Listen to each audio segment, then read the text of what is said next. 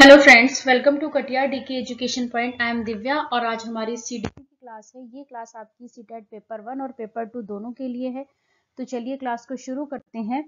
पहला क्वेश्चन है आपका, प्रारंभिक बाल्यावस्था में वृद्धि डैश और सोच डैश है, जबकि मध्य बाल्यावस्था में वृद्धि डैश और सोच डैश है। अब आपको बताना है कि जो प्रारंभिक बाल्यावस्था होती है, अर्ली चाइल्डहुड, जिसमें आपका टाइम पीरियड होता है इसका आपका 2 से 6 है ना, और इन्फेंसी का होता है 0 to 2, इन्फेंसी शैशवावस्था। तो जो प्रारंभिक बाल्यावस्था है बेटा, इसमें आपकी वृद्धि और सोच कैसी होती है, और जो मध्य बाल्यावस्था है जिसका टाइम पीरियड है आपका 6 से 12, तो उसमें फिर आता है किशोरावस्था 12 से 18।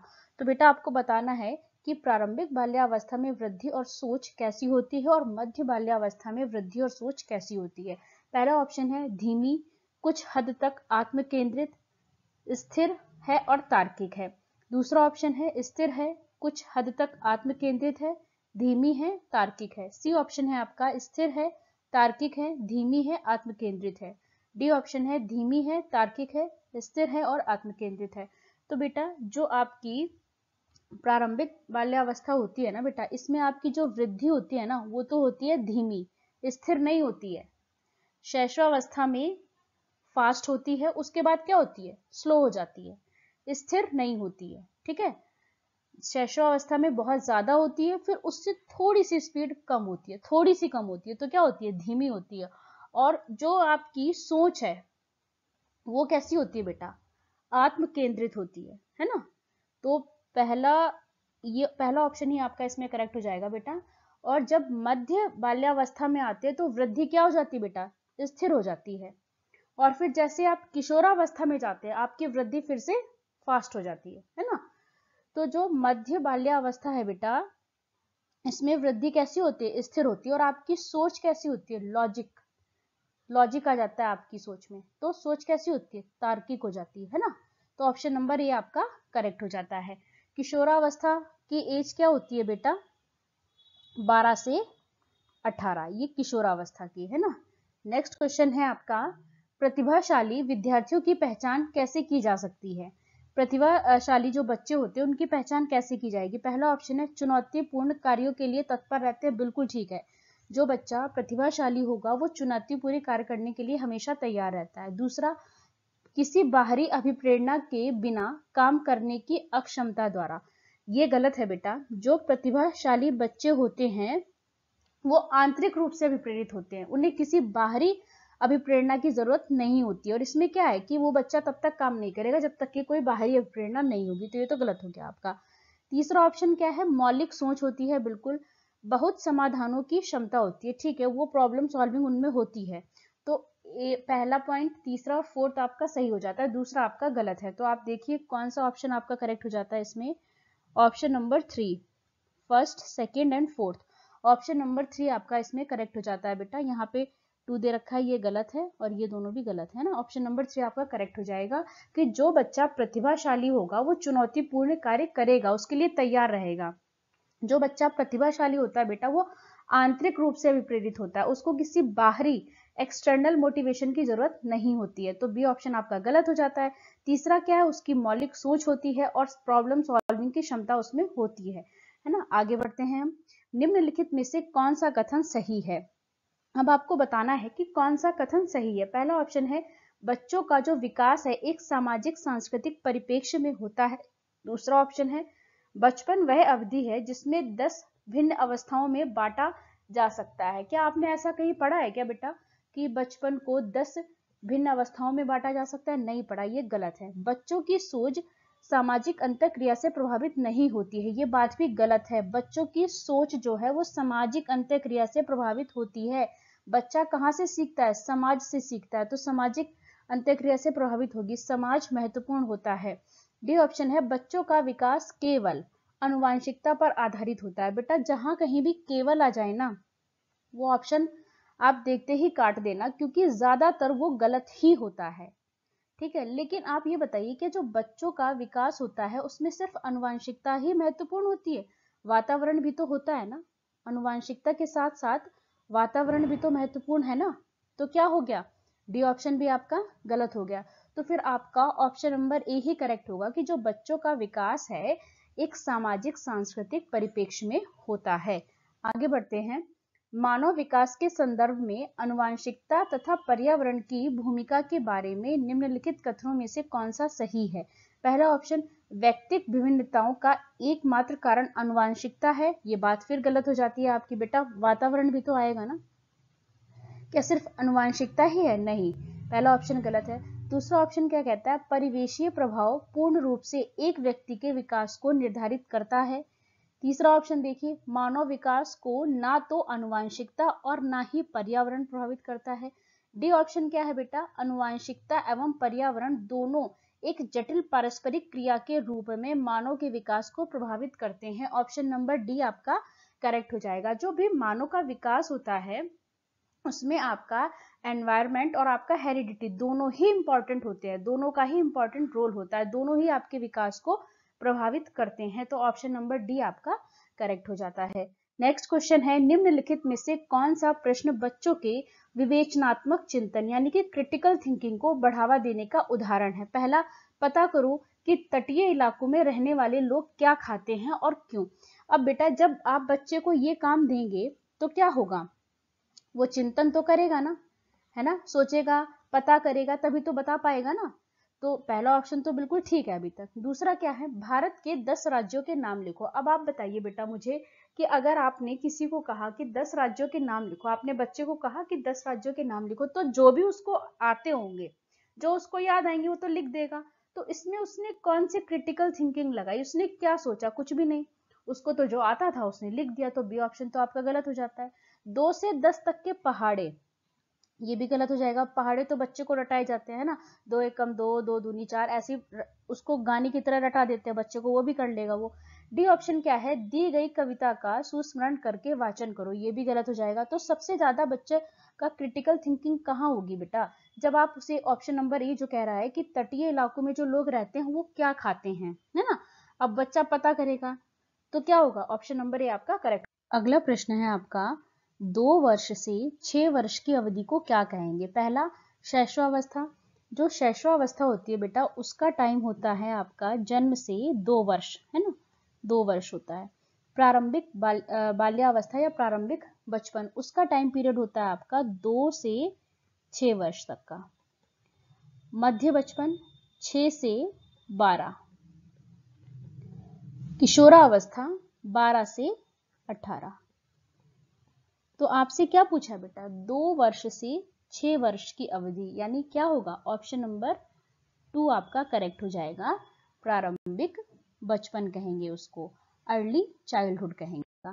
नेक्स्ट क्वेश्चन है आपका, जीन पियाजे के अनुसार जब किसी बच्चे को कोई खिलौना दिखाया जाता है और फिर उसको छुपा दिया जाता है, वह उसे भूलने की बजाय खिलौने को खोजने की कोशिश करता है। बालक में यह विशेषता अवस्था में पाई जाती है। अब आपको बतानी है कि ये जो विशेषता है बच्चे में वो किस अवस्था में पाई जाएगी और इस विशेषता को क्या कहेंगे। पहला, पूर्व संक्रियात्मक और आत्म केंद्रिता। दूसरा, पूर्व संक्रियात्मक और वस्तु स्थायित्व। तीसरा, संवेदी चालक वस्तु स्थायित्व, या फिर मूर्त संक्रियात्मक प्रतिवर्ती मानसिक क्रिया। तो आप बताइए बेटा, जीन पियाजे ने कितने स्टेज बताई हैं, 4 स्टेज बताई हैं उन्होंने, है ना।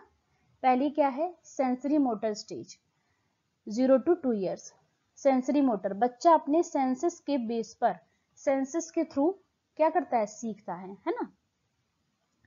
ये जो बच्चे को चीज दिखाई गई और उसके बाद उसको छुपा लिया गया, ये जो विशेषता है ना, ये इसी एज में बच्चे में आती है। वस्तु स्थायित्व का गुण, ऑब्जेक्ट परमानेंस का गुण इस एज में बच्चे में आ जाता है। दूसरी स्टेज क्या है बेटा, प्री ऑपरेशनल स्टेज, है ना, उसका टाइम क्या है, 2 to 7, प्री ऑपरेशनल स्टेज। तीसरा क्या है, कॉन्क्रीट ऑपरेशनल स्टेज, इसका टाइम क्या है, 7 to 11। और तीसरा है formal operational stage, formal operational stage 11+। तो क्या होता है बेटा, ये जो जीन पियाजे ने जो ये विशेषताएं बताई है, ये ऑप्शन नंबर सी आपका करेक्ट हो जाएगा। सेंसरी मोटर स्टेज है, संवेदी चालक अवस्था है, जिसका टाइम पीरियड है 0 to 2 ईयर्स। और बच्चे में क्या होता है, ऑब्जेक्ट परमानेंस का गुण आ जाता है, वस्तु स्थायित्व का गुण बच्चे में आ जाता है। अब आप किसी चीज को उसको दिखाएंगे और उसको छुपाएंगे तो क्या करता है, बच्चा उस चीज को ढूंढने की कोशिश करता है, वो भूलता नहीं है। तो ऑप्शन नंबर आपका सी यहाँ पर करेक्ट हो जाता है। नेक्स्ट क्वेश्चन है आपका, व्यक्तिगत विभिन्नता का सिद्धांत बताता है कि पहला, सभी बच्चों के शारीरिक विकास की गति एक समान होती है। दूसरा, सभी बच्चों की वृद्धि की गति एक जैसी होती है। तीसरा, विभिन्न बच्चों के विकास और वृद्धि की गति में अंतर हो सकता है। डी ऑप्शन है, सभी बच्चों के भाषाई विकास की गति एक समान होती है। तो आप बताइए, व्यक्तिगत विभिन्नता का सिद्धांत है आपका, तो व्यक्तिगत विभिन्नता के सिद्धांत से आपको क्या पता चलता है कि सभी बच्चों में जो विकास और वृद्धि की जो गति होती है उसमें क्या है, अंतर हो सकता है, क्योंकि हर व्यक्ति की अलग अलग, हर व्यक्ति अलग है, तो क्या होगा, उसके विकास और वृद्धि की गति में भी अंतर हो सकता है ना। तो ऑप्शन नंबर सी आपका करेक्ट हो जाता है। नेक्स्ट क्वेश्चन है आपका, निम्नलिखित में से विकास के संदर्भ में कौन सा कथन सही नहीं है। अब जो गलत है वो बताना है। यहाँ पर यही ध्यान देने वाली बात है बेटा, जब भी आपसे नेगेटिव क्वेश्चन पूछा जाए तो वहां पर विशेष ध्यान रखना होता है, क्योंकि कई बार यहीं पे हमसे गलतियां होती है, नहीं हम नहीं देख पाते हैं ना। पहला ऑप्शन है, विकास की प्रत्येक अवस्था में अनेक खतरे होते हैं। दूसरा, विकास उकसाने बढ़ावा देने से नहीं होता है। तीसरा, विकास सांस्कृतिक परिवर्तनों से प्रभावित होता है। डी ऑप्शन है, विकास की प्रक्रिया अवस्था में अपनी विशेषताएं होती हैं। तो देखो, विकास की प्रत्येक अवस्था में अनेक खतरे होते हैं, ये बात बिल्कुल ठीक है ना, तो ये तो गलत हो जाएगा। दूसरा, विकास सांस्कृतिक परिवर्तनों से प्रभावित होता है। जो आपका विकास होता है बेटा, उसमें आपकी संस्कृति का महत्वपूर्ण स्थान होता है। आप प्रत्येक बच्चे को उसकी संस्कृति, प्रत्येक बच्चे के विकास को उसकी संस्कृति प्रभावित करती है, कल्चर का इंपॉर्टेंट रोल होता है। तो ये भी सही बात है, तो ये तो गलत हो जाएगी क्योंकि हमसे नहीं पूछा गया है। विकास की प्रक्रिया अवस्था की अपनी विशेषताएं हैं, ये बात भी ठीक है। तो आपसे गलत पूछा गया था, तो गलत क्या है इसमें, विकास उकसाने और बढ़ावा देने से नहीं होता है, ये बात गलत है। तो आपसे गलत पूछी गई थी, तो ऑप्शन नंबर बी ही आपका करेक्ट आंसर हो जाता है। आगे बढ़ते हैं, शिक्षक बच्चों की जटिल अवधारणाओं की समझ को किस प्रकार सहज कर सकते हैं। पहला, अन्वेषण एवं परिचर्चा के लिए अवसर उपलब्ध करके। दूसरा, एक व्याख्यान दे करके। तीसरा, प्रतियोगात्मक अवसरों की व्यवस्था करके। डी ऑप्शन है, बार बार यांत्रिक अभ्यास के द्वारा। बार बार यांत्रिक अभ्यास, बार बार रटाना, ये नहीं कराना है। जहां कहीं भी यांत्रिक अभ्यास है वो गलत होता है। प्रतियोगात्मक अवसरों की, कभी भी बच्चों के बीच में प्रतियोगिता नहीं करनी है हमें, तो ये भी गलत हो जाएगा। लेक्चर भी नहीं देना है, तो इसमें से क्या करेक्ट बचता है, अन्वेषण एवं परिचर्चा के लिए अवसर उपलब्ध करके। तो ऑप्शन नंबर ए आपका करेक्ट हो जाता है। नेक्स्ट क्वेश्चन है आपका, निम्नलिखित कथनों को पढ़िए तथा सही विकल्प का चयन कीजिए। अभी कथन क्या है, शिक्षकों को संकल्पना को मजबूत करने के लिए विद्यार्थियों को अपने स्वयं के संकल्पना के उदाहरणों और गैर उदाहरणों की पहचान करने के लिए कहना चाहिए। बिल्कुल ठीक बात है। दूसरा ऑप्शन है, उदाहरणों के बारे में सोचने से संकल्पना को मजबूत किया जाता है, जबकि गैर उदाहरण विद्यार्थियों को क्या करते हैं, भ्रमित कर सकते हैं। ये बात भी बिल्कुल ठीक है, दोनों ही कथन आपके बिल्कुल ठीक है। तो ऑप्शन पढ़ लेते हैं, ए सही है, आर गलत है। ए और आर दोनों ही सही हैं, ठीक है, और आर ए की सही व्याख्या करता है। ऑप्शन नंबर जो आपका 3 है ये करेक्ट हो जाएगा बेटा। आगे बढ़ते हैं, बालक का विकास केंद्र से शुरू होकर सिरों की ओर होता है, यानी कि सेंटर टू आउटसाइड, केंद्र से बाहर की ओर, है ना। विकास की दिशा का यह क्रम क्या कहलाता है बेटा, आपका जो डेवलपमेंट है, अगर हेड टू टो जाता है, सिर से पैर की तरफ जाता है, तो उसको क्या कहते हैं, सेफेलोकॉर्डल। और हिंदी में क्या कहेंगे, मस्तकाधोमुखी क्रम, है ना, हिंदी में सेफेलोकॉर्डल को। लेकिन जब हेड टू टो जाएगा उसको सेफेलोकॉर्डल कहेंगे, लेकिन जब सेंटर टू आउटसाइड जाएगा, केंद्र से बाहर की ओर जाएगा बेटा, तो उसको क्या कहेंगे, प्रॉक्सिमोडिस्टल, है ना।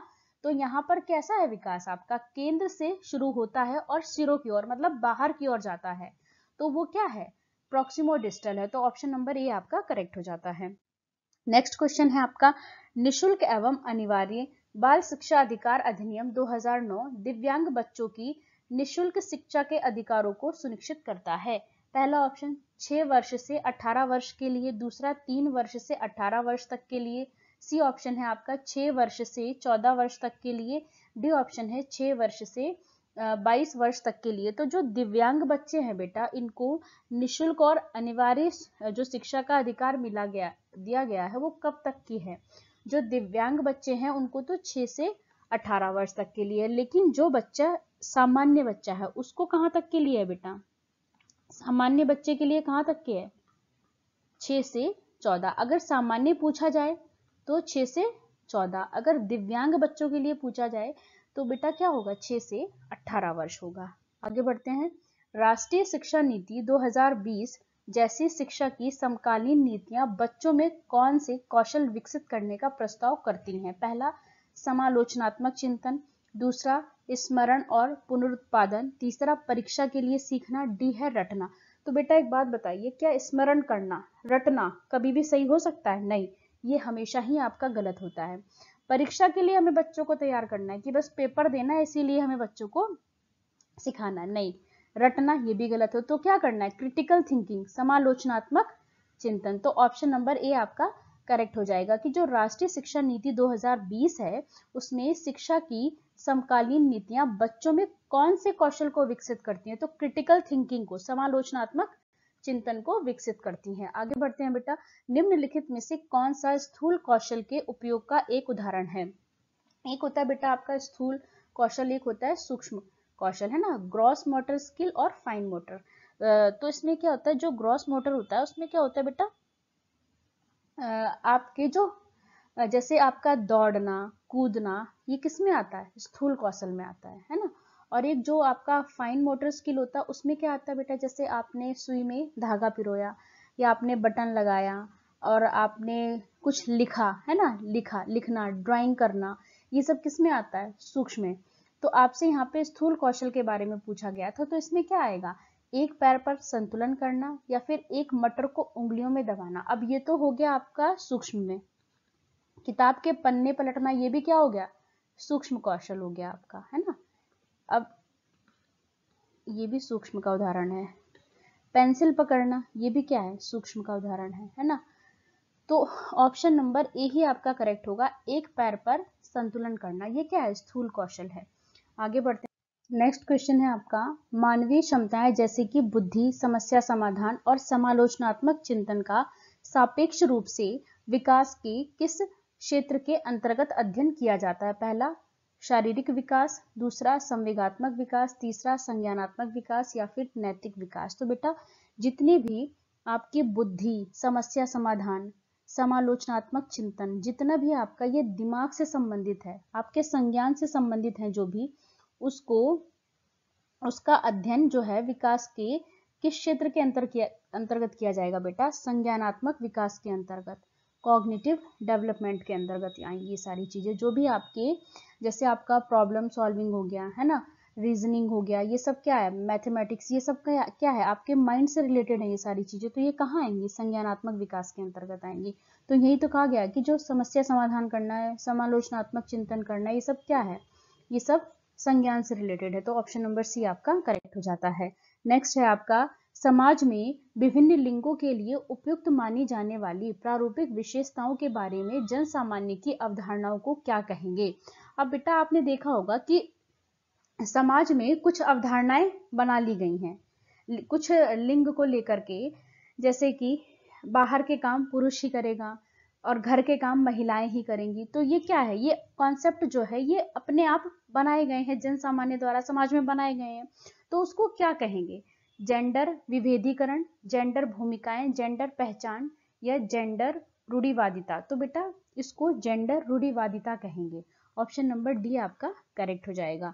नेक्स्ट क्वेश्चन है आपका, बच्चों के विकास का क्रम है। पहला जन्म के समय निश्चित हो जाता है, दूसरा पर्यावरण से उचित सहायता के साथ बदला जा सकता है, तीसरा एक समान है और सभी संस्कृतियों में विकास की गति समान रहती है, डी ऑप्शन है आपका पूरी तरह से अप्रत्याशित है क्योंकि यह अव्यवस्थित है। तो आप बताइए इसमें से करेक्ट क्या होगा?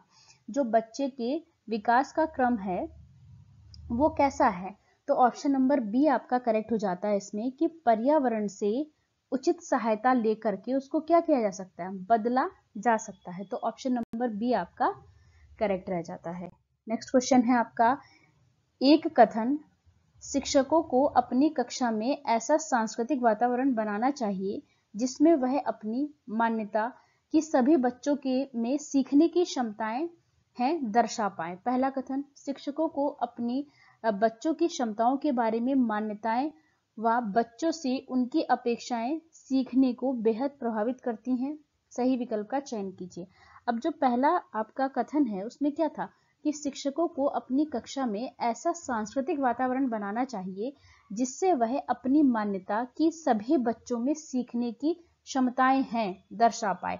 अब देखो, हर बच्चे में सीखने की क्षमता होती है, ठीक है, और जैसे जैसे टाइम बीतता जाता है वो सारी जो क्षमताएं हैं क्या होती हैं, अनफोल्ड होती जाती हैं।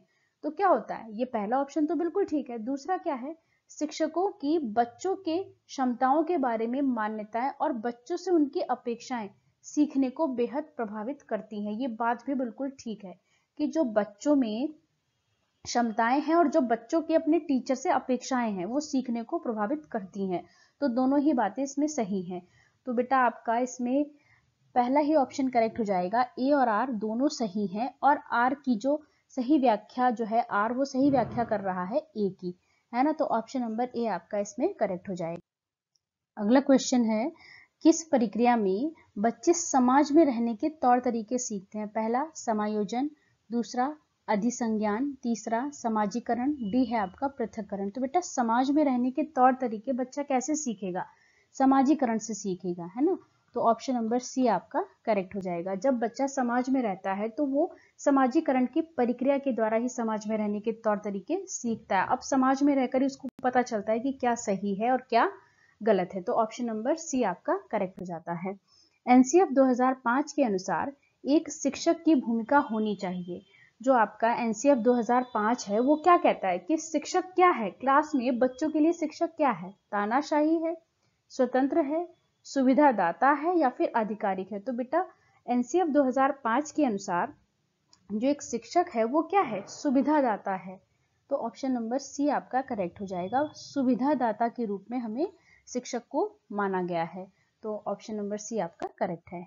नेक्स्ट क्वेश्चन है आपका, एनसीएफ 2005 के अनुसार प्राथमिक स्तर पर गणित पढ़ाने का उद्देश्य कौन सा नहीं है।